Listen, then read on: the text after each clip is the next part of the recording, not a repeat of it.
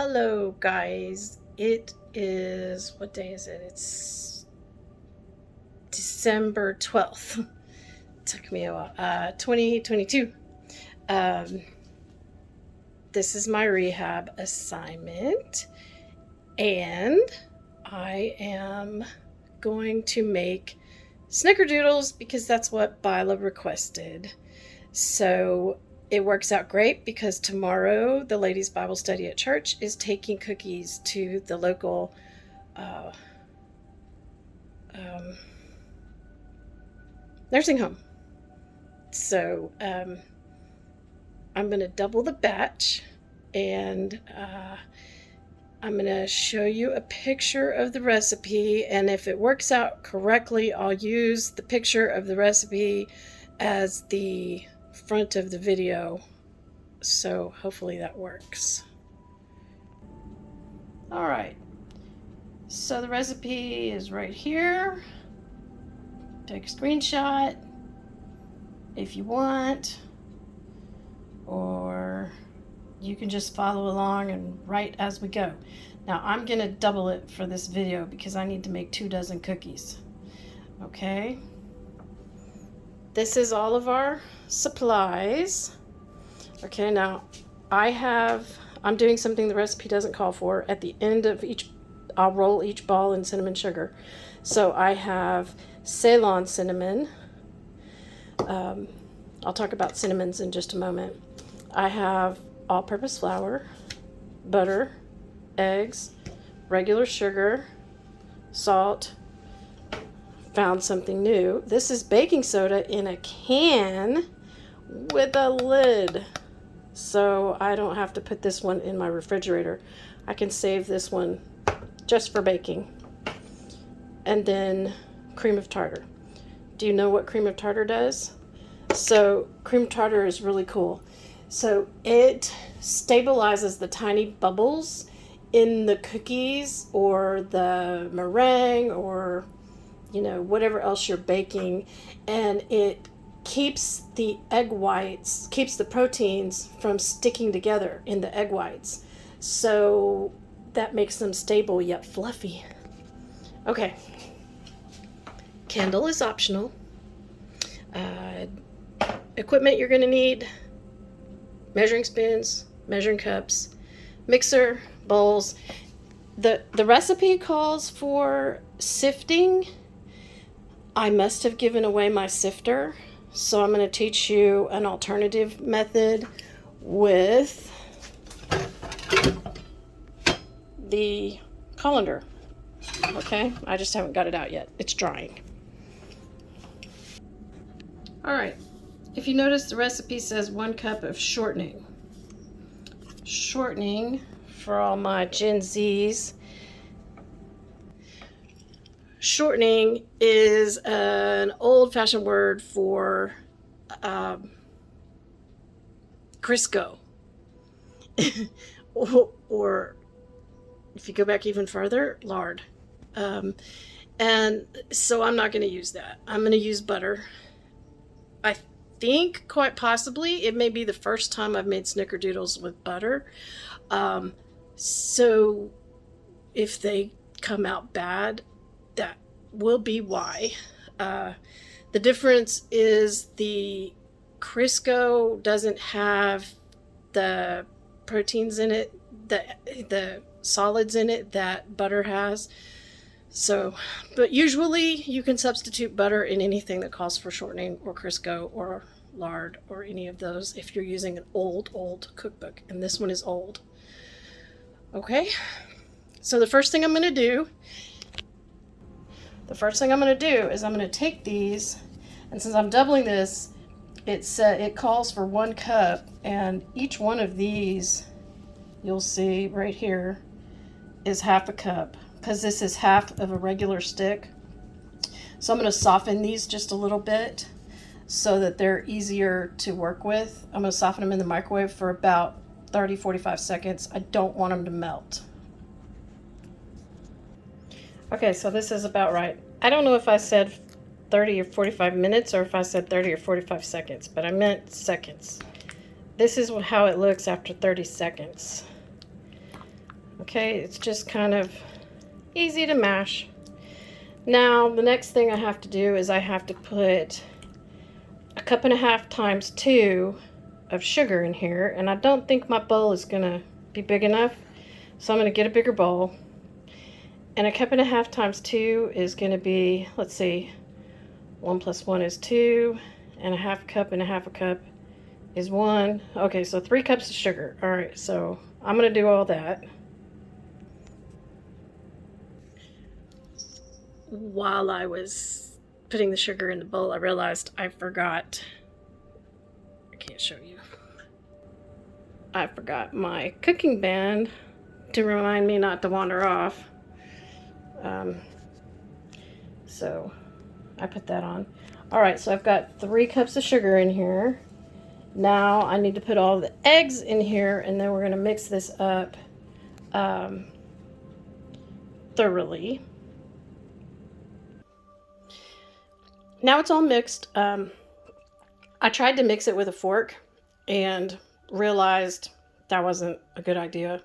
So mix it with a mixer. It takes 10 seconds. And candles, probably not a good idea, as I have nearly thrown the utensils in the candle at least 3 times. So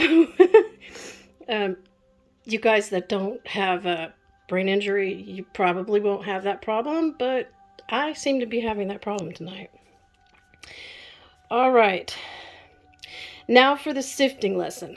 Let me get all of that ready, and then I will teach you guys how to sift this stuff together. Now, the goal of sifting is you get all of your dry ingredients, you put them together in one bowl, and they're all kind of clumped together. Everything's in one space. And you don't really want that. You want the cream of tartar, the salt, the baking soda. You want it all spread evenly throughout the flour. Okay? That's why you sift it and mix it that way. It spreads it evenly so it can work better. It makes for a better chemical reaction, because let's face it, that's what baking, any kind of cooking is. It's a chemical reaction in the kitchen. When my kids were little, I called it kitchen chemistry. Okay, so let me get those things together, because I just realized I didn't open those cans. Okay, doubling this recipe is harder than I thought. I almost forgot to double the little white things, the baking soda, the cream of tartar, all the salt, all that stuff. Luckily, I remembered it. Okay, so for visual purposes, I just put them in a little well in the center of the flour. Okay. Now I'm gonna mix that up with the fork as best I can to kind of distribute it.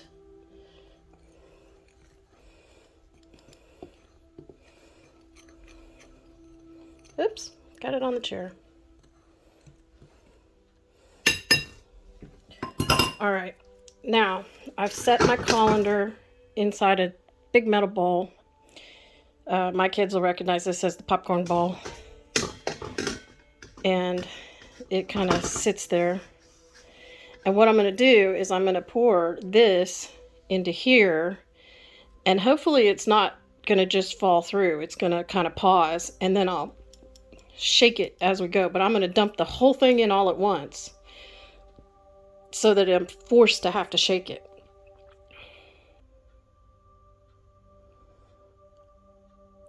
Okay, so it's in there. Now I'm going to shake it up. I don't think I can do it with one hand. Okay, so I'm just going to shake it up. And see how it's going in there? If you had a sifter, that's basically what it would look like if it was sifted. Okay, nice and light. Now I'm going to finish that. And there you go. It's all sifted in there. When you get to the end, you may have to kind of hit it on the side a little bit. You know. Okay.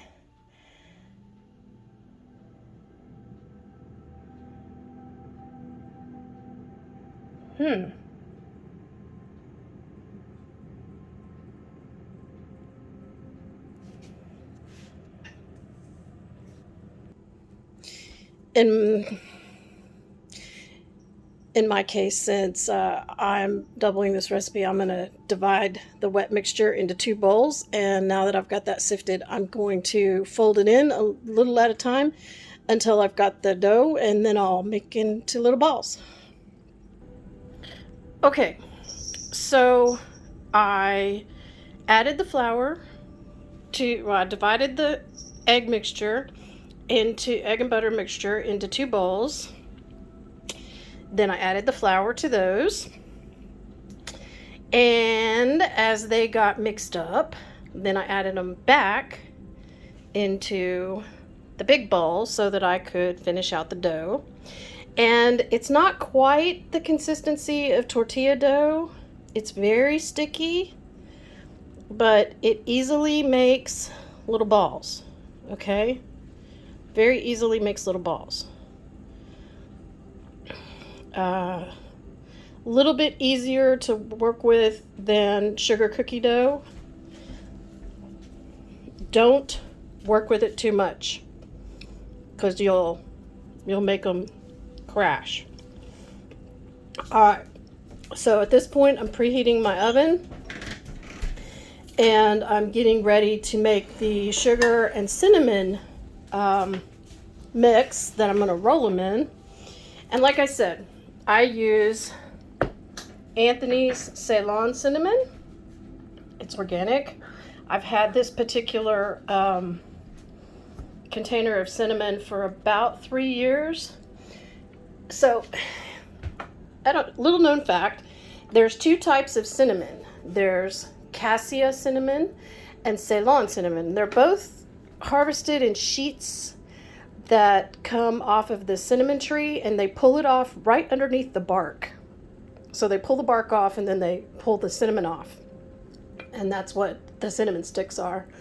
Cassia is the most common form of cinnamon. It's also the cheapest.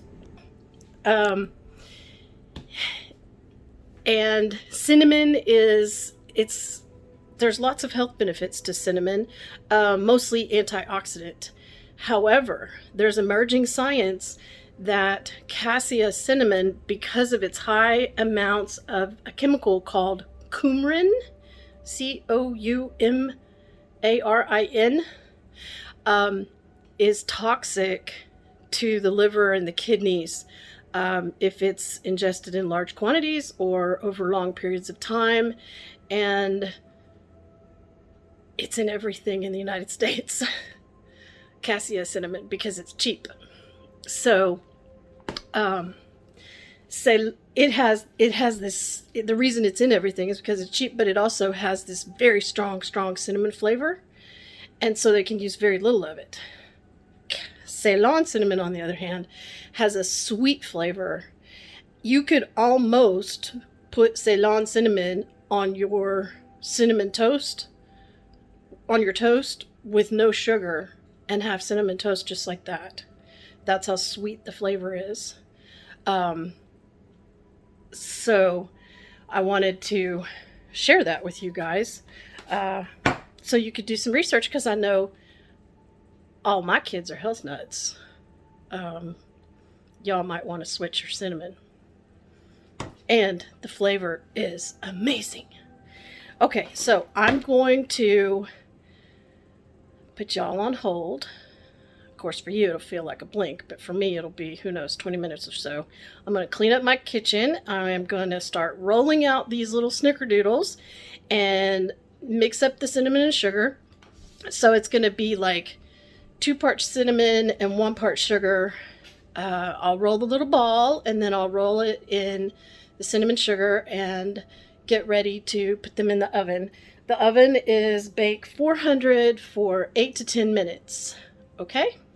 And when I get a couple of these rolled, I'll come back on and show you about how big I make them. I don't make them all that big.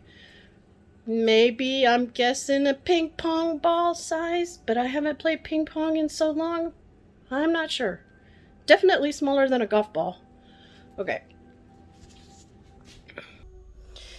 Okay, I ended up going with 1 tablespoon of cinnamon and 2 tablespoons of sugar, because the actual recipe says 2 tablespoons of sugar and 2 teaspoons of cinnamon. So I didn't read that very well. Okay, this is what they look like. For reference, this is my hand. So you can see my palm. This is a regular tablespoon. So you can see about how big they are. I don't know who named them Snickerdoodles. I think they should have been named little Astrodoodles. You know, because they look like more like little asteroids to me. Anyway, let's see, I wonder. Oh, yeah, we have a fire in my oven. Can't cook them till the fire goes out. Always be safe when you are cooking. If you have a fire extinguisher, keep it handy. We don't. And we don't have a smoke alarm. That's why there's not one going off. So I'll have to deal with this. Actually, I'll have Ray deal with this. Okay, the fire is out. Cookies' first batch is in the oven. Now remember, the type of cookie sheet you use will affect how long your cookies bake. If you use a shiny metal pan, they're going to cook faster than if you use a dark metal pan. Okay? I don't understand the science behind this. I just know it's true. The ceramic ones, the pottery ones like I have, tend to be right on the money if the oven is preheated. Okay, so I put mine on for 9 minutes because my balls were a little bit big. We'll see how it goes. All right.